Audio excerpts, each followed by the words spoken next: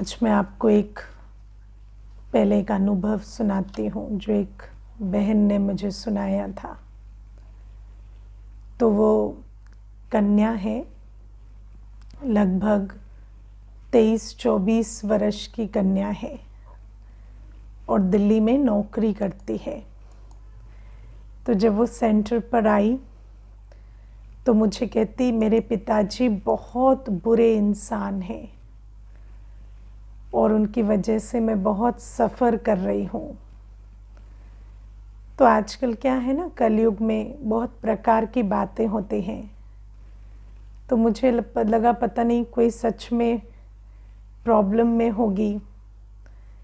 तो मैंने बहुत रहमदिली से कहा कि आप मुझे बताओ क्या बात है, क्यों, क्या परेशानी है। तो मुझे कहती है कि मैं नौकरी करती हूँ, मैं अराउंड 40,000 हर महीने कमाती हूँ। मेरे पिताजी उसमें से 25,000 ले लेते हैं। तो 15,000 में अब व्यक्ति क्या करे? दिल्ली में रेंट भरना, भोजन करना, उतने में ही पूरा 15,000 हो जाता है। मैं वीकेंड पे एक मार्केट जाने के लिए एक ऑटो भी अफोर्ड नहीं कर सकती। तो मैंने कहा, पिताजी ऐसा क्यों करते हैं? तो कहती है, हमेशा कहते हैं दिल्ली में बिगड़ जाओगे तो पैसा नहीं होगा तो ठीक से रहोगे। तो तुम्हारे पास एक भी पैसा एक्स्ट्रा नहीं होना चाहिए, नहीं तो तुम उसको बर्बाद करोगे। तो मैंने कहा, और वो जो 25,000 है उसका क्या करते हैं पिताजी? तो कहती है कि उन्होंने एक फ्लैट बुक कर दिया है, उसकी किश्त भरते हैं। तो मैंने कहा, फ्लैट किसके नाम पे है? तो कहती, मेरे नाम पे, मैं ओनली डॉटर हूँ। तो मैंने कहा, पिताजी आपका पैसा लेके आप ही के फ्लैट की इंस्टॉलमेंट भरते हैं, राइट? तो बोले, नहीं, इंस्टॉलमेंट तो उसकी 50,000 की है, वो अपना पैसा भी डालते हैं उसमें और फ्लैट मेरे नाम पे है, लेकिन वो मुझे सिर्फ उतना ही देते हैं कि मैं थोड़ी भी ऐश ना कर सकूं। मेरे पास कुछ भी नहीं छोड़ते हैं। तो फिर मैंने कहा, अच्छा, और आपका सेंटर कैसे आना हुआ? तो कहती, एक ही चीज़ फ्री है ना, और कहीं जाने से पैसे लगते हैं, तो इसीलिए सेंटर आना हुआ। तो मैं आपको अपनी प्रॉब्लम बता रही हूँ। तो मैंने कहा, मेरे हिसाब से तो आपके पिताजी कहीं से भी विलेन नहीं है।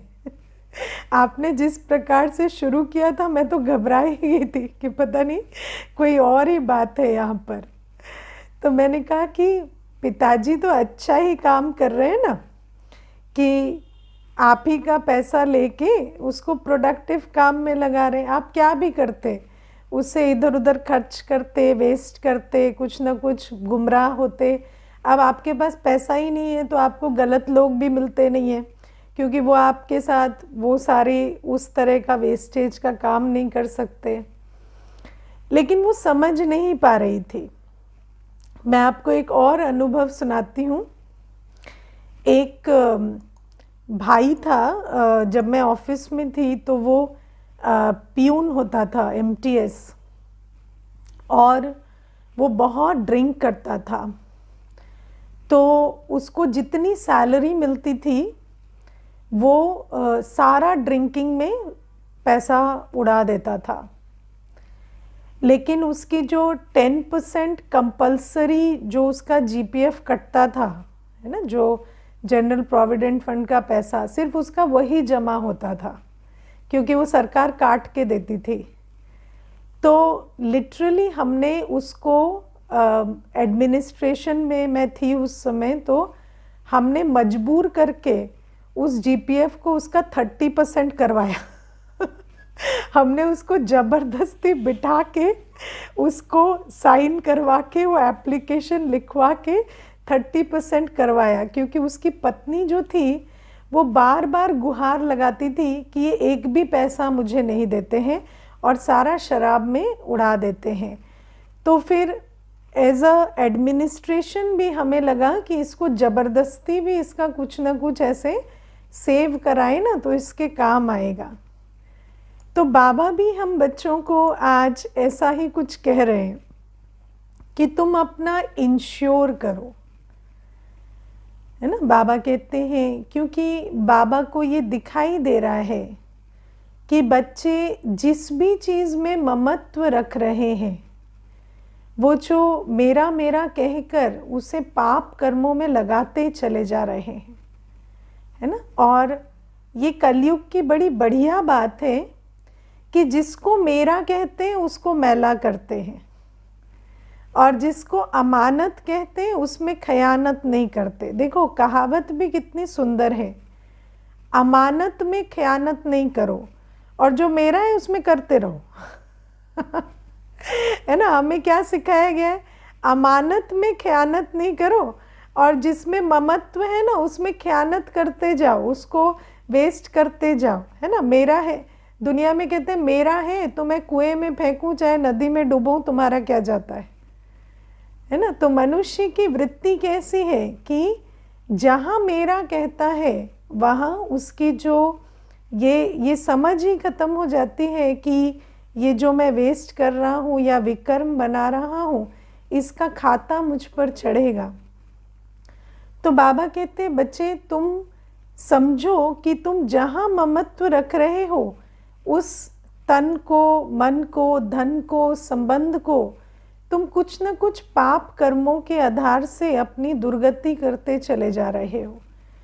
तो अपने अंदर ये पक्का निश्चय करो कि मैं बाबा का, मेरा बाबा, और जो भी कुछ मैं मेरा समझता था वो बाबा का है। भक्ति में भी कहते हैं भगवान का दिया हुआ है। तो बाबा कहते हैं कोई भी किसी भी चीज़ को ऐसा नहीं समझो ये मेरा है, और श्रीमत प्रमाण हर चीज़ को कार्य में लगाओ। ये नहीं सोचो कि ये तन तो मेरा है, धन तो मेरा है, और उसको पाप कर्मों में ऐसे लगाना नहीं है, है ना। और बाबा कहते हैं इसीलिए ये जो इंश्योर करेगा वो राजा बनेगा, जो संपूर्णतः बलिहार जाएगा, जो जितना मेरापन खत्म करेगा। बलिहार जाना माना जो संपूर्णतः मेरापन खत्म करेगा, अमानत समझकर चलेगा बाबा की, और बाबा की श्रीमत के आधार से ही उसको कार्य में लगाएगा, उसी की इतनी पुण्य की कमाई होगी कि वो राजा बनेगा। और बाबा आज कहते हैं दूसरी जो क्वालिफिकेशन है राजा बनने के लिए वो है पढ़ना, अच्छी रीति पढ़ना। अब आप देखो हमें ना मैं का ज्ञान, ना मेरा का ज्ञान, ना हमें कोई कर्मों का ज्ञान, दुनिया में तो हमारे लक्ष्य लक्षण कुछ भी ठीक नहीं थे, है ना। दुनिया में तो ना हमें कोई लक्षण सिखाता ना कोई लक्ष्य देता। दुनिया में तो लक्ष्य क्या है ना, कि नौकरी कर लो, शादी कर लो, बच्चे कर लो, है ना, यही लक्ष्य है। पोजीशन मिल जाए, पोस्ट आए, पैसा आए, यही लक्ष्य है। हमें कभी क्या करना है, क्या लक्ष्य है, कैसे जीना है, कुछ भी सिखाया नहीं गया। यहाँ तक कि क्या सोचना है, हमारी क्वालिटी ऑफ थॉट क्या होनी चाहिए, वो भी नहीं सिखाया गया। तो बाबा कहते हैं तुम्हें हर चीज़ के लिए पढ़ना पड़ेगा। ये जो पढ़ाई है ना, ये मैं कभी कभी बहुत वंडर खाती हूँ कि बाबा हमें जो भी कुछ पढ़ाते हैं उसमें से किसी भी चीज़ का ज्ञान हमें नहीं था। हमें ये भी नहीं पता था कि हम सोचते हैं, हम याद करते हैं, और उस सोच को हमें कैसे चेक और चेंज करना है, या हमें याद किसे करना है, या हम किस प्रकार याद से अपनी अवस्था बना रहे हैं, कोई भी चीज़ हमें नहीं मालूम थी। तो बाबा कहते हैं मैं तुम्हें हर चीज़ का ज्ञान देता हूँ। और ये जो पढ़ाई है ये हमें कर्म भी सिखलाती है, क्या सोचना है, किसे याद करना है ये भी सिखलाती है, जीवन में क्या धारणाएं होनी चाहिए ये भी सिखलाती है। हमारे जीवन में तो कोई धारणा ही नहीं थी, हम तो सोचते थे कि परिस्थिति के आधार से चल रहे हैं, परिस्थिति जैसी होगी वैसे चलेंगे, है ना। आज भी देखो दुनिया में कहते हैं कि जैसे बाबा का कोई बच्चा बनता है तो फिर उसको कहते हैं भोजन शुद्ध रखना है, तो कहते हैं कल टूर पे गया तो, है ना। तो हमेशा ये संकल्प चलते हैं कि परिस्थिति बदल गई तो क्या करेंगे, क्योंकि हमारे जीवन में कोई धारणा ही नहीं है, कोई एथिकल कोड ऑफ कंडक्ट ही नहीं है। आप किसी को पूछो कि यदि बहुत मुश्किल हो गई, कोई आपके साथ बहुत अन्याय कर रहा है, तो क्या मार देंगे उसे? तो कहेगा हाँ मार देंगे, और क्या करेंगे, अपने बचाव के लिए मार देंगे। तो आप सोचो कि मनुष्य की कोई धारणा ही नहीं है, कोई मर्यादा ही नहीं है कि मैं ये नहीं कर सकता, कि ये मेरी बाउंड्री है या इसके पार मैं नहीं जा सकता। तो आप सोचो कि आत्मा का अगर ये हाल है कि उसकी ना कोई तन की मर्यादा है, न मन की मर्यादा है, न धन की मर्यादा है, न संबंध की मर्यादा है, न जीवन शैली की कोई मर्यादा है, तो फिर तो माया उसको जहाँ चाहे वहाँ ले जाएगी ना। तो बाबा हमें कहते हैं कि तुम्हारी मर्यादा क्या होनी चाहिए वो भी मैं तुम्हें सिखाता हूँ। और फिर तुम ये जो मेरा मेरा कहकर ममत्व के वश जो पाप का खाता बनाते चले जा रहे हो, उसकी भी मैं तुम्हें पढ़ाई कराता हूँ कि तुम्हें कैसे सफल करना है, अपने मन के संकल्पों को कैसे श्रेष्ठ बनाकर उससे सृष्टि को रचना है। संकल्प से सृष्टि परिवर्तन होता है। तन की शक्ति, धन की शक्ति कहाँ यूज़ करनी है। तो बाबा कहते पढ़ाई हर चीज़ में चाहिए। जिसको ज्ञान नहीं वो अपने जीवन में, है ना, ऐसा कोई कर्म नहीं कर सकता जिस कर्म के आधार से उसको पुण्य का खाता मिले। वो जो भी करेगा उससे पाप का खाता ही बनेगा। इसलिए बाबा कहते बहुत पढ़ाई की आवश्यकता है। और ये रूहानी पढ़ाई जो बाबा हमें पढ़ा रहे हैं, ये राजाई पद का आधार है। फिर बाबा हमें कहते हैं इसके बाद कि संपूर्ण पवित्रता की धारणा चाहिए, क्योंकि सिर्फ तन नहीं, सिर्फ धन नहीं, मन नहीं, सब कुछ पवित्र चाहिए।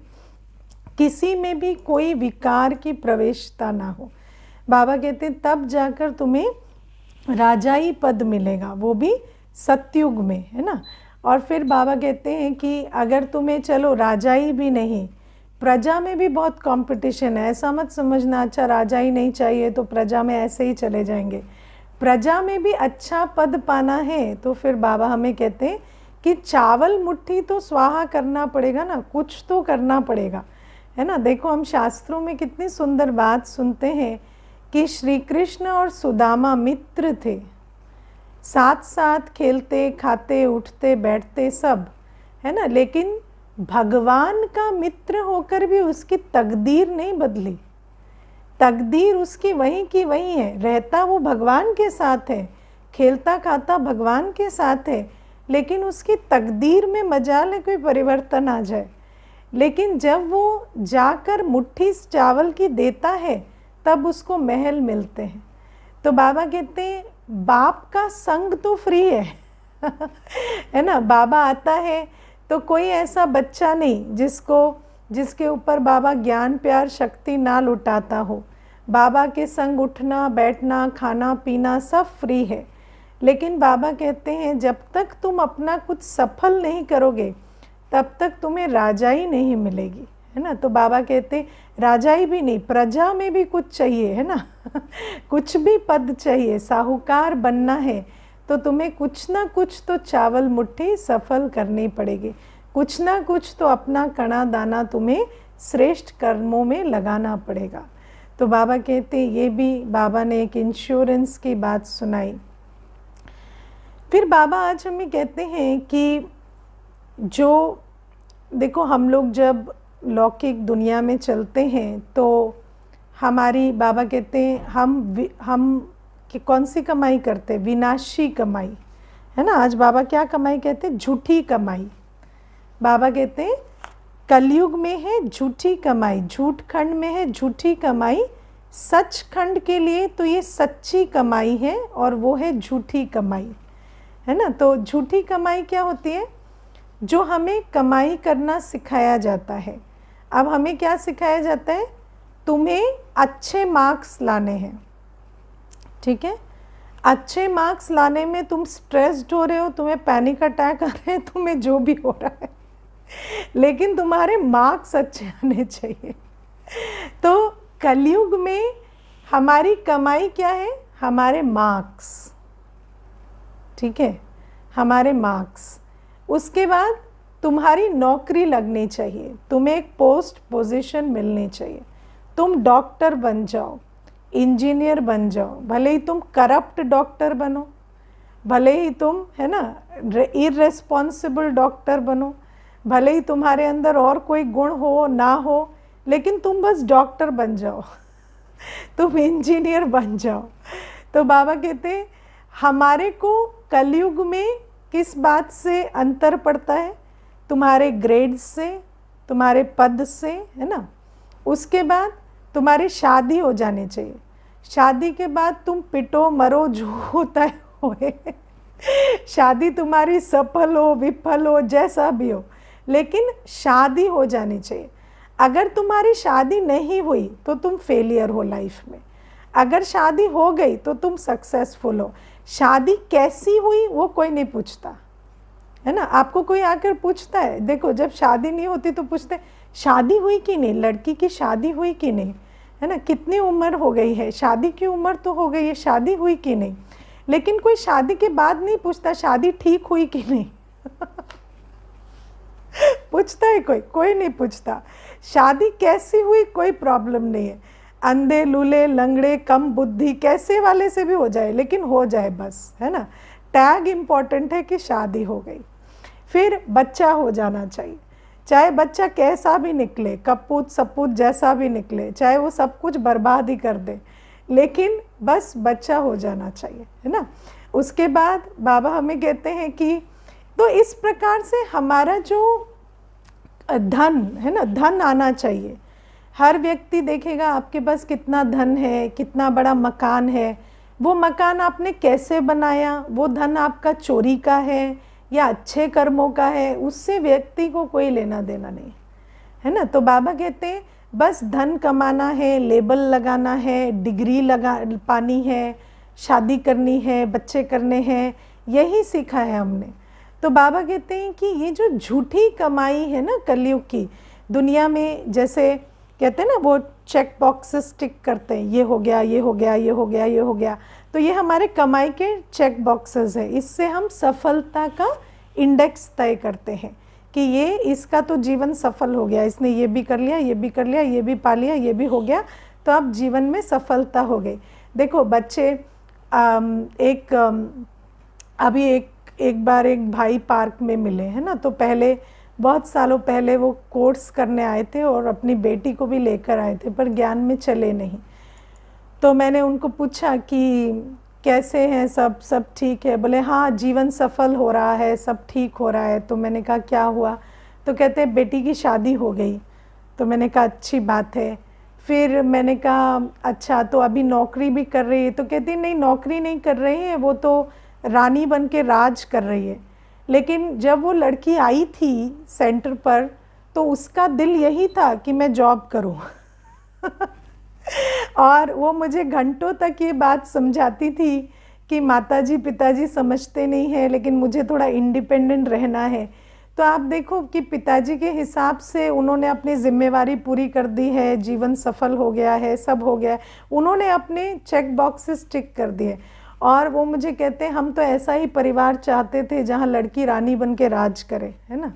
अब लड़की खुश रहे ना रहे उससे हमारा कोई लेना देना नहीं है। बस हमारे हिसाब से रानी बन के राज करे, चाहे उसके हिसाब से वो पिंजड़े की मैना ही बनी हो, लेकिन उस हमारे हिसाब से रानी बन गई तो रानी बन गई, है ना।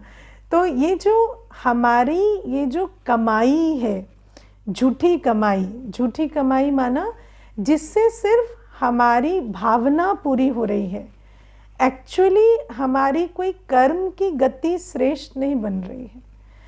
अब बाबा हमें कहते हैं मैं तुम्हें सच्ची कमाई करना सिखाता हूँ। बाबा हमें ये नहीं कहते कि पढ़ो मत या नौकरी मत करो, या अगर कोई संबंध है, हाँ विकारी संबंध जोड़ने की आवश्यकता नहीं है, कि ऐसा नहीं कि आप किसी से मिलो और एग्रीमेंट कराओ कि हम पवित्र रहें और शादी करें, तो वो बाबा नहीं कहते। बाबा कहते हैं जिन संबंधों का आधार ही विकार है उनको हमें जोड़ने की आवश्यकता नहीं, लेकिन जो एग्जिस्टिंग संबंध है, बाबा ये नहीं कहते कि कोई माता पिता को छोड़ दो, भाई बहनों को छोड़ दो, या अगर है भी युगल रूप में भी है तो कोई ये नहीं कहते कि युगल को छोड़ दो या बच्चों को छोड़ दो। तो बाबा कहते हैं मैं तुम्हें ये कहता हूँ कि जो तुम कर रहे हो उसको नॉलेजफुल, लवफुल, पावरफुल होकर करो, है ना। इट डजेंट मैटर कि ग्रेड्स तो आएंगे, लेकिन ग्रेड्स के साथ साथ तुम बन क्या रहे हो वो भी देखो, है ना। बच्चे की पढ़ाई अच्छी हो, उसके ग्रेड्स अच्छे आए, मार्क्स अच्छे आए, वो तो इम्पॉर्टेंट है, चलो, लेकिन वो आते हुए बच्चा कैसा बन रहा है वो इम्पॉर्टेंट है, उसके संस्कार कैसे बन रहे हैं वो इम्पॉर्टेंट है। आजकल आप देखो बच्चों को सिर्फ पढ़ना है, पढ़ना है, पढ़ना है, उनको कुछ भी नहीं सिखाते, एक गिलास पानी लेना भी नहीं सिखाते। तो वो जॉब के लिए तो प्रिपेयर हो गए, लाइफ के लिए प्रिपेयर ही नहीं हो रहे हैं। और जॉब में भी लाइफ तो है ना, जॉब में भी व्यवहार है, जॉब में भी कॉमन सेंस यूज़ करना है। बच्चों में आज कॉमन सेंस ही नहीं है, कॉमन सेंस की डेवलपमेंट ही नहीं हुई है ना। मुझे याद है मैं एक बार सड़क पर जा रही थी तो एक बहन अपने बेटे को लेकर आ रही थी और मैंने तो वो मुझे देखी, मैं उनको जानती नहीं थी, लेकिन क्योंकि वाइट साड़ी में होते हैं तो सबको मालूम है ब्रह्मा कुमारीज़ हैं, तो उन्होंने कहा कि रुको रुको रुको, बेटे को कहा और मुझे कहा कि आप प्लीज़ इसके सर पे हाथ रख दीजिए, इसका आज एग्ज़ाम है ना। और बेटा इतना नर्वस कि बात मत पूछो तो मैंने कहा हम तो सर पे हाथ रख देंगे, लेकिन फ़िलहाल उसका जो हाल है वो आशीर्वाद रिसीव करने की भी हालत में नहीं है, वो पूरा ब्लॉक चल रहा है ना। तो मैंने उसको कहा कि उस भाई को सामने खड़ा किया और मैंने बोला आप एकदम रिलैक्स होके जाओ, है ना, सोचो कि मुझे जो आता है वही आएगा और बाबा मेरे साथ बैठा है, भगवान को साथ लेके एग्ज़ाम दो। तो बड़ी मुश्किल से वो थोड़ा सा मुस्कुराया, है ना। तो बाबा कहते हैं कि ये इम्पॉर्टेंट तो है कि तुम्हें क्या मार्क्स मिले, लेकिन उससे ज़्यादा इम्पॉर्टेंट है कि तुम वो पढ़ते पढ़ते बन क्या रहे हो, क्या तुम लाइफ के लिए रेडी बन रहे हो, है ना। तुम डॉक्टर बन रहे हो, इंजीनियर बन रहे हो, पर कैसे बन रहे हो? क्या तुम्हारे अंदर रहम दिली है? क्या तुम्हारे अंदर शांति है, जो बाबा कल रूहानी प्रेम की बात कर रहे हैं वो है? क्या तुम्हारे अंदर कंपैशन है, मधुरता है? क्या ये चीज़ें हैं? या तुम्हारे अंदर डिटैचमेंट है? क्योंकि हो सकता है तुम्हारे अंदर सब कुछ है लेकिन डिटैचमेंट नहीं है, और कल कोई आपने केस हैंडल किया और उस केस में कोई आत्मा जो है वो शरीर छोड़ दी या कुछ हो गया, तो क्या आप उस ट्रॉमा से भी निकल पाएंगे, है ना। मैं ऐसे बहुत आत्माओं को जानती हूँ जो मेडिकल फील्ड में है, लेकिन वो अपने इमोशंस को हैंडल नहीं कर पाते हैं। किसी की लाइफ को देखते हैं तो उनके अंदर का फियर ट्रिगर हो जाता है, किसी की प्रॉब्लम्स को देखते हैं तो उनके अंदर भविष्य को देख लेके आशंका पैदा हो जाती है, या किसी के उनके हाथों अगर कोई बात हो गई जिसमें निमित्त वो बने लेकिन आत्मा की तकदीर है, तो उस बात से भी अपने आप को न्यारा नहीं कर पाते। तो बाबा कहते हैं तुम्हें किस प्रकार की का डॉक्टर बनना है, इंजीनियर बनना है, टीचर बनना है, किस प्रकार का कोई भी बनना है, आपको कुछ भी नहीं करना है, आपको बस गृहस्थ संभालना है, तो भी कैसे संभालना है वो तुम्हारी सच्ची कमाई है। आप क्या करते हैं वो इम्पॉर्टेंट है, लेकिन आप कैसे करते हैं वो उससे भी ज़्यादा इम्पॉर्टेंट है ना। तो शादी हुई नहीं हुई नहीं, अगर पतित पना है तो पतित पने से तो विकर्म बन रहे, है ना। और अगर हम अपनी अवस्था हमारी ठीक नहीं है तो हम एक और आत्मा की भी जो जिम्मेवारी उठा रहे हैं, उस आत्मा का भी हम अकल्याण ही करेंगे। तो बाबा कहते हैं ये सारी झूठी कमाई जो यहाँ पर हो रही है, जिसके कारण ऐसा लग तो रहा है कि हमारे जीवन बड़ी सफलता की तरफ बढ़ रही है, लेकिन अगर हम प्रैक्टिकली झांक कर देखें तो हमारे जीवन में सिर्फ पाप का खाता बढ़ रहा है और हम सोचते चले जा रहे हैं हमने ये भी पा लिया, ये भी कर लिया, ये भी हो गया, है ना। तो बाबा कहते हैं, आप कहते हैं रिटायरमेंट पार्टी, है ना, रिटायरमेंट हो गई, लेकिन ये जो इतनी बड़ी नौकरी की, उसमें किया क्या, कमाया क्या? सिर्फ पैसा कमाया। पैसा कैसे कमाया? दुआएं कमाई या नहीं कमाई, या सिर्फ पैसा कमाया? या सामने तो सब फूल दे रहे हैं, तालियां बजा रहे हैं और पीछे गालियां दे रहे हैं, है ना? या पीछे कह रहे हैं बहुत अच्छा इनकी रिटायरमेंट। मैं आपको एक बहुत प्रैक्टिकल बात बताती हूँ। एक लेडी ऑफिसर थी, इतना नाराज़ होती थी हर किसी पे, तो व्यक्ति कहता था हमारी दुआ है कि ये जल्दी वीआरएस लेके चली जाए, है ना, कि तंग कम करेगी। तो उसकी रिटायरमेंट के लिए भी लोग दुआएं मांग रहे हैं और खूब जोर जोर से तालियां बजा रहे थे, खूब गिफ्ट्स चंदे इकट्ठे हुए रिटायरमेंट पे, क्योंकि चलो गई तो सही, हाथ जोड़ो ख़त्म करो, है ना? तो क्या दुआएं कमा रहे हैं या सिर्फ नौकरी कर रहे हैं, क्या कर रहे हैं? तो बाबा कहते संबंधों में भी हमारा इतना बड़ा सर्कल है, हम इतने लोगों को जानते हैं, इतने लोगों के साथ हमारा उठना बैठना है, हमारे कॉन्टैक्ट्स बहुत ऊंचे हैं। कॉन्टैक्ट्स ऊंचे तो हैं, लेकिन वो जो आपके संबंध में आत्माएं हैं, उनके साथ आपकी लेन देन कैसी है? क्या आप उनसे संतुष्ट हैं, वो आपसे संतुष्ट हैं, या ऐसे ही है कि बस दिखावे के लिए वो संबंध चल रहे हैं? तो बाबा हमें कहते हैं इन चीज़ों को हमें बहुत ध्यान देना है। क्या हम अपने जीवन में नॉलेजफुल, लवफुल, पावरफुल होकर चल रहे हैं, या हम अपने जीवन में जो भी कर रहे हैं वो सिर्फ भौतिक रूप से कमाई है? क्योंकि बाबा कहते ये जो अंत के समय में भी और अंतमते सोगति में भी आत्मा को जो ये सच्ची कमाई है वो ही साथ देगी। अंत का समय भी ऐसा होगा कि उस समय जो झूठी कमाई है, ये जो पद, पोजीशन, लेबल आदि, संबंधों की लिस्ट और इतने बच्चे, इतनी शादियां, ये काम नहीं आएंगे। काम क्या आएगा?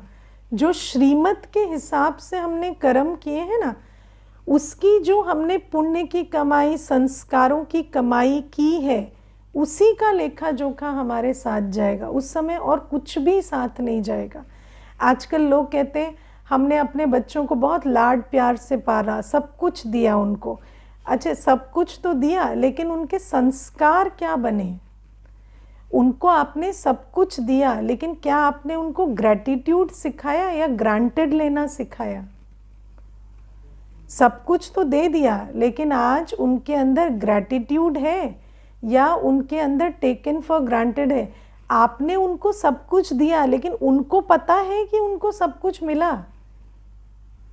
या उनको पता ही नहीं? उनको लगता है कि हमें तो कुछ नहीं मिला, इतना तो नॉर्मल है ना, मम्मी पापा हैं किस लिए, बैंक एटीएम ही तो है, तो बटन दबाओ पैसे निकालो, वही चल रहा है। तो क्या उनको संस्कार क्या दिए? क्योंकि अल्टीमेटली अगर आपने सब कुछ दिया और आत्मा को अंदर लगता है मुझे कुछ नहीं मिला, तो आपने क्या दिया?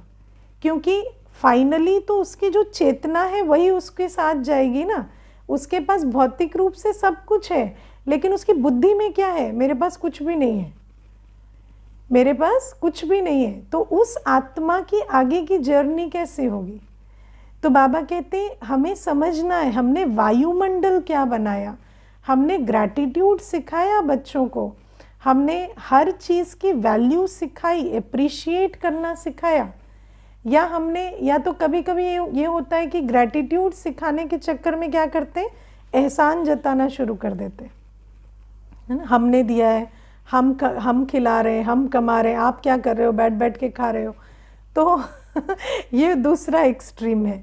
तो ग्रैटिट्यूड सिखाने के लिए खुद ग्रेटफुल होना पड़ता है ना? हर चीज़ करते हुए अपने अंदर जब ग्रैटिट्यूड होगा कि बाबा ने मुझे इतनी अच्छी जीवन दी है, बाबा ने हर चीज़ को सफल करना, समझ से चलना सिखाया है। बच्चों को हमने क्या सिखाया? सिर्फ लूटना खसूटना सिखाया, या बच्चों को हमने कुछ पुण्य कर्म करने भी सिखाए, है ना? क्योंकि जो हम कर रहे हैं हम वो उनको सिखा रहे हैं।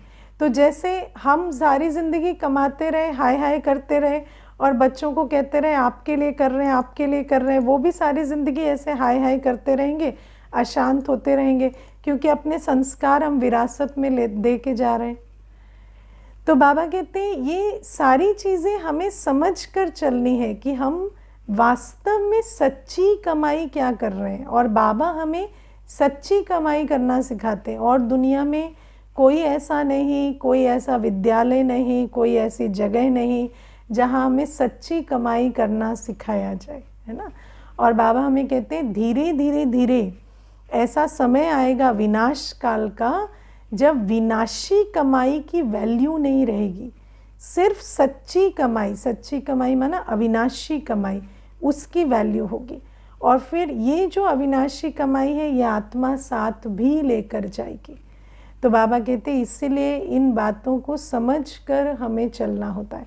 और पढ़ाई तो हर चीज़ के लिए चाहिए। जैसे झूठी कमाई के लिए पढ़ाई करनी पड़ती है, संबंध बनाना पड़ता है, टाइम, एनर्जी, थॉट लगाना पड़ता है, पैसा खर्चा करना पड़ता है। सच्ची कमाई में भी करना पड़ता है ना, क्योंकि सच्ची कमाई में भी पढ़ाई करनी पड़ेगी, पहले समझना पड़ेगा बाबा क्या कहता है, उसमें अपना टाइम, एनर्जी देना पड़ेगा।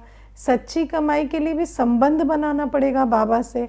सच्ची कमाई के लिए भी तन मन धन समय श्वास संबंध लगा के सफल करना पड़ेगा, श्रीमत पर चलना पड़ेगा। तो बाबा कहते हैं सच्ची कमाई करने की भी ताकत होनी चाहिए।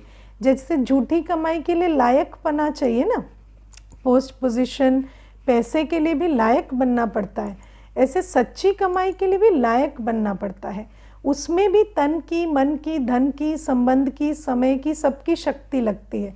इसीलिए तो बाबा कहते हैं ना, अपना समय, ज्ञान, योग, धारणा, सेवा, अपने जो सारे रिसोर्सेज है वो इसमें लगाओ, क्योंकि इससे सच्ची कमाई का लायकपना आएगा। और फिर जो दुनिया की जो भी काम है हम कर रहे हैं, लेकिन उसके साथ हमारी सच्ची कमाई भी होती रहेगी। लेकिन लायक बनने के लिए हमें ये पढ़ाई, ये समझ, ये ताकत बिल्ड करनी पड़ेगी। इसलिए बाबा कहते हैं अब ये नहीं कहो कि मेरा जॉब है, मेरी मुरली मिस हो जाती है, मेरे पास ये काम है तो हम सेवा नहीं कर पाते, या मेरे पास फाइनेंशियल क्राइसिस है तो हम अपना धन सफल नहीं कर पाते। बाबा कहते हैं नहीं, अगर बहाने बनाएंगे तो जैसे बहाने बनाने वाला झूठी कमाई नहीं कर सकता ना, ऐसे बहाने बनाने वाला सच्ची कमाई भी नहीं कर सकता। तो ये भी बातें बाबा आज हमें समझाते हैं। और फिर प्यारे बाबा आज हमें कहते हैं कि तुम्हारे अंदर कंट्रोलिंग पावर है। मैं बिंदी, मेरा बाबा बिंदी, है ना। और फिर देखो, कंट्रोलिंग पावर ठीक है, लेकिन कई बार आजकल मैं देखती हूँ कलयुग में एक ये भी मान्यता है कि हम तो किसी को ज़्यादा नहीं कहते, है ना। आप किसी को कहो कि उनको कहो ना वो कोर्स करें, ज्ञान सुने, तो वो कहते नहीं, अब सब अपनी इच्छा से करें ना तो ठीक है। हम किसी को ज़्यादा फोर्स नहीं करते, हम किसी को 10 बार नहीं कहते, हमें अच्छा नहीं लगता। लेकिन कंट्रोलिंग पावर माना कंट्रोल करना, और बाबा कहते हैं ये एक पावर है और ज़रूरी है। अगर हम किसी को पाप कर्म से बचा रहे हैं और उसके लिए हम अपनी अथॉरिटी यूज़ कर रहे हैं तो ये अच्छी बात है ना। क्योंकि अगर हम उसको खुली छूट दें तो क्या करेगा, पाप कर्म करेगा, उससे भी तो उसको दुख ही होगा।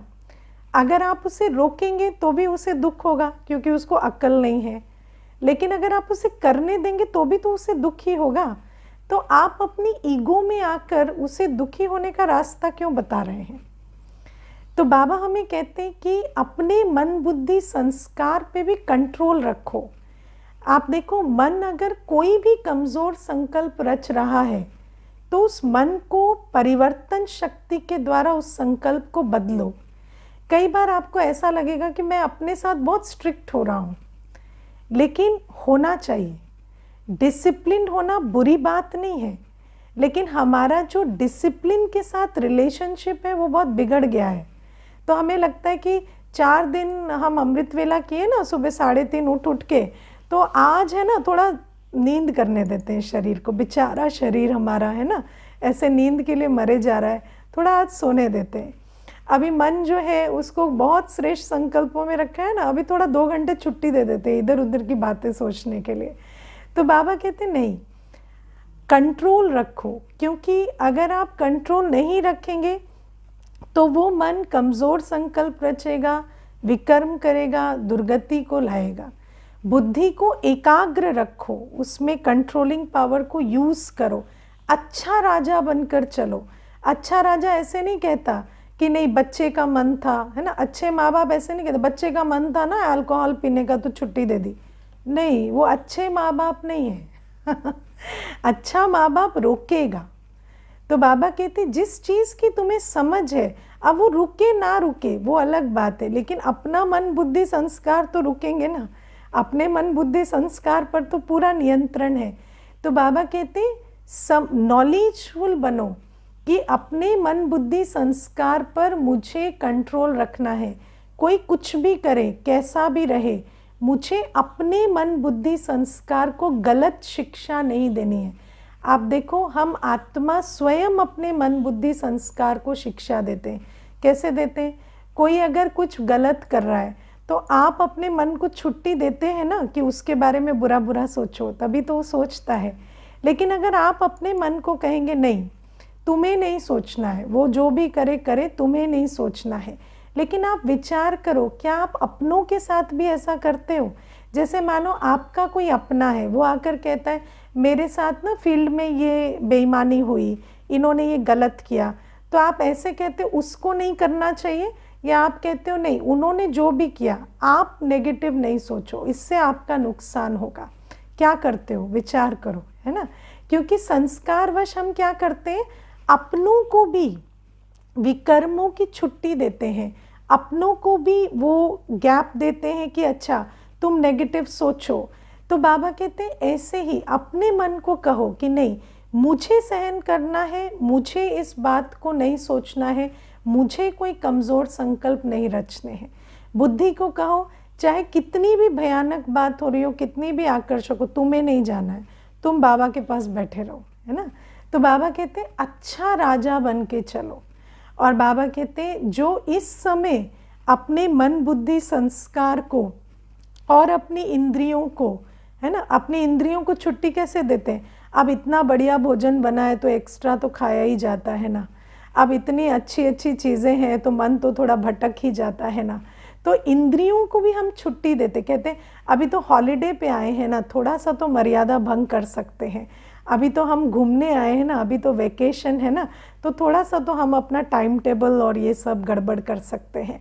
तो बाबा कहते हैं ये जो तुम छुट्टी दे रहे हो, ये जो लाड़ कोड़ कर रहे हो अपनी इंद्रियों को, इससे तुम क्या कल्याण कर रहे हो या उनका अकल्याण कर रहे हो? क्योंकि वो जो तुम भटकाओगे, उनके वो भटकने के संस्कार फिर जागृत होंगे और वो इंद्रियां फिर तुम्हें दुख देंगी। तो बाबा कहते इसीलिए नॉलेजफुल होकर चलो।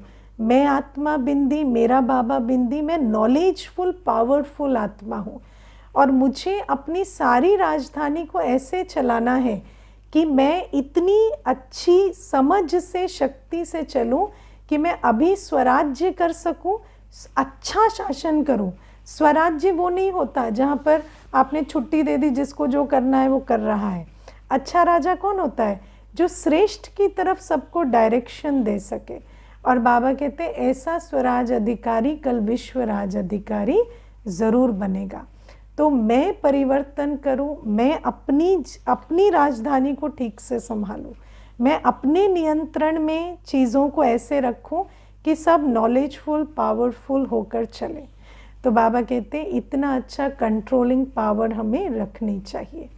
और फिर बाबा कहते हैं दृढ़ता की शक्ति, है ना। क्योंकि दुनिया में अगर देखो, दुनिया में मान किसका होता है? जो जो सोचता है, बोलता है, करता है वो सेम हो, है ना। अगर आप सोचे कुछ, बोले कुछ और करने में कहे नहीं वो कारण हो गया ना, इसलिए नहीं हुआ। तो बाबा कहते बाबा के बच्चे और दूसरों में क्या फ़र्क होगा?